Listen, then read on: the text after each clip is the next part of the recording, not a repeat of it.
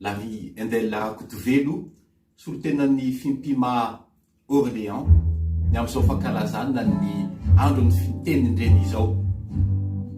Ny tenindreny fanilon'ny omaly ary tanamasoandron'ny ampitso. Taloha ny mantsirankizy nisy teny mamy sy kanto izay tsy izy nampianarina an-tsekoly tsy niandro ny ora fialamboly. Taloha ny mantsirankizy io ny teny fibadabadana tsy nisy hoe nankivy fa teny fiantahantana. Taloha ny mantsirankizy ny angaliana ny ainteny ambava ny oabolana no ventesina ny kabary ka indro ny fionana rehetra dia mamy tony fary. Tany tiany teny ny mantsy tony tantony ka ny teny malagasy no nasandratra natao ho ambony. Ny ovakelo ny mantsy zany rankizy izato teny fanovozam-pahalalana satria hononosy ny tantsika anjorom-bala tsy noraharahana. Indriso ny mantsy rankizy ilay malagasy teny ny fanankalozana indray ny mpimaso toa folakangola ny ena ny alevy tsy voatana fatola.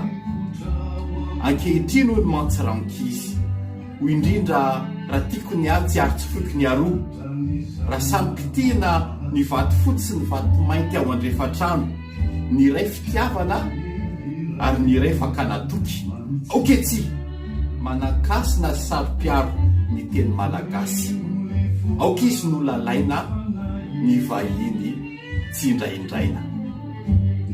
Raha sitraka hoe sosokevitra ny ahy tsy aleo ve ny tenindreny no velomina toy izay ny andivazaha.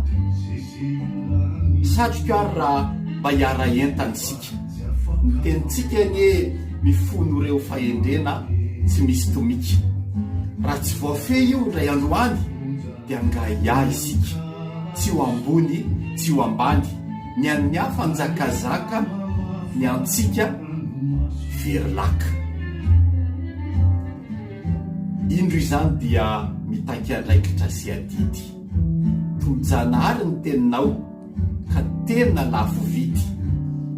Ny lovam-pahalalana azonao arena sarobidy arenao na tsy taolo aza dia zanakantitra na tsy taloha aza dia tokony ahatadidy.